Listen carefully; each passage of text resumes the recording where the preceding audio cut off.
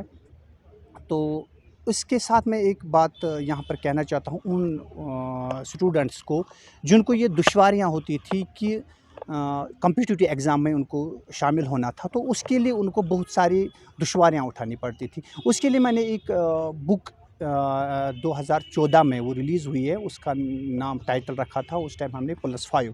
تو پھر اس کے بعد میں نے اس کا نام چینج کیا پریزنت کے نام پہ، کیونکہ جو ہمارے چاہے وہ پی جی کے اسٹوڈنٹس ہیں، ایم فل کے اسٹوڈنٹس ہیں، پی ایچ ڈی کے اسٹوڈنٹس ہیں، یا کے ایس آئی ایس یا کوئی بھی کمپیٹیٹیو ایگزام ہو، اس میں جانے کے لیے ان کو وہ چاہے اگر وہ سائنس کا اسٹوڈنٹ ہو یا کسی اور شعبے کا اسٹوڈنٹ ہو، تو اس کو آپ کشمیری جو سارے بکس ہو، ظاہر سی بات ہے اس کے پاس تو اویلیبل نہیں ہو سکتے ہیں، نہ وہ اتنی وہ کیا کہہ سکتے ہیں گیان رکھ سکتے ہیں ان کے بارے میں. تو اس کو اب اس کے لیے صرف ایک ہی کتاب پڑھنی ہے جس کا نام میں نے رکھا ہے پریزنت. تو اس سے پہلے اس کا نام وہ بہت سارے بکس شاپنگ پہ اویلیبل ہے، خصوصاً بسما بک شاپ جو ہمارے ڈگری کالج بیمنا کے اپوزٹ بھی ہے، بڈگام میں بھی ہے، اسلام آباد میں نے بھیجی ہے، وہ ساری بارہمولہ بھی میں بھی ہم نے 1-2 بکس شاپس پہ رکھے ہیں وہ اویلیبل. تو وہ کتاب جو ہے وہ کوشش میں نے کی وہ ایک رہنمائی کے طور پر ان بچوں ان اسٹوڈنٹس کو ہیلپ کر رہی ہے ان ایگزامس میں. دراصل میں یہاں ڈگری کالج بیمنا میں سے میں نے BA پاس کیا. وہاں پر ہمارے ان دنوں پروفیسر میاں محمد ظفر صاحب تھے, ہمارے پرنسپل وہاں پہ تھے. تو ان کے پاس میں کبھی کبھی جایا کرتا تھا. تو اس سلسلے میں انہوں نے ہمیں بہت بار لکھنے کو کہا کہ آپ کچھ لکھو. حالانکہ انہوں نے یہ نہیں کہا کہ آپ شاعری کر لو یا افسانے لکھو یا کچھ اور لکھو. تو کالج کی لائف سے ہی مجھے تھوڑا یہ شوق, میں اختر محی الدین صاحب کے افسانے پڑھا کرتا ہوں آج بھی, تو اس سے پہلے بھی.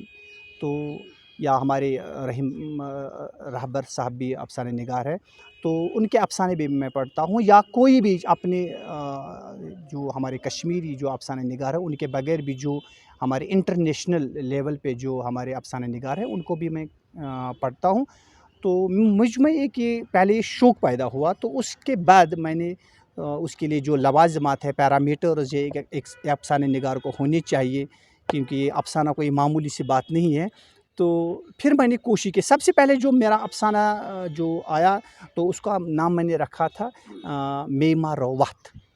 تو جب میں نے وہ افسانہ لکھا تو پہلے مجھ میں ایک ڈر پیدا ہوا تھا. میں نے سوچا میں اس کو کہوں یہ افسانہ ہے, کیونکہ یہاں پر بہت سارے ہیں. تو میں بہت سارے ایسے افسانہ نگار کے پاس گیا ہوں جو لکھتے ہیں. تو میں نے ان سے کہا یہ میں نے کوشش کی, ذرا یہ دیکھنا.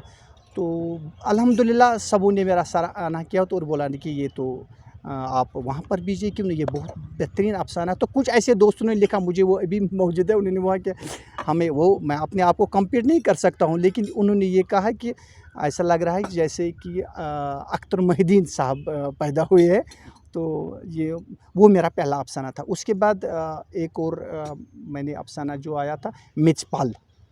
تو ایک اس کے بعد ہی آ گیا تھا اور ایک دہ لمبک کون اچ گاش. بہت سارے ایسے, یا چھپیند آلو یا مزاح مشاں, بہت سارے ایسے افسانے ہیں. تو یہی میرا یہ لکھنے کا مان لی کہ شروعات ہوئی اور آغاز ہوا. میں نے پہلے ہی کہا کہ یہ خود ان کا آنا ہی ایک حوصلہ افزائی کا مقام ہے اس سٹیج پہ. اور دوسرا جب وہ ان کا جو یہاں پر آنا ہوا تو پھر ایسی کنوکیشن میں ہم جیسے اسکالرس, ہم جیسے طالب علموں کا اس میں شامل ہونا, ہمیں یہ موقع دیا گیا وہاں سے یہ ایوارڈ لینے کا. تو اپنے آپ میں یہ ایک خوشی ہے. اسے ہمیں بھی آگے جانے کا جو کہتے ہیں کہ حوصلہ افزائی جو ہوئی ہے, تو واقعی اس سے وہ پیدا ہوئی ہے. اور خاص کر جو بات میں نے پہلے آپ سے کہا کہ دانشگاہ کے بارے میں جو انہوں نے وہ بات چھیڑی وہاں پہ, میں اس میں ایک یہاں پر کشمیری میں ایک تھوڑا بہت ایڈ کر لوں گا کہ یس آب ہوا شہل آب ہوا ڈل کن یمن لہرن مز ؤتھِتھ پتہ حضرت بل کس تتھ گنبدس طواف کرتھ, تمیُک چھرکاو یمن طالب علمن اتہِ پیٚیہِ تہٕ تتہِ نیرن نہٕ یِتھ لال تہٕ جوہر تہٕ اتہِ کیٛاہ نیرِ.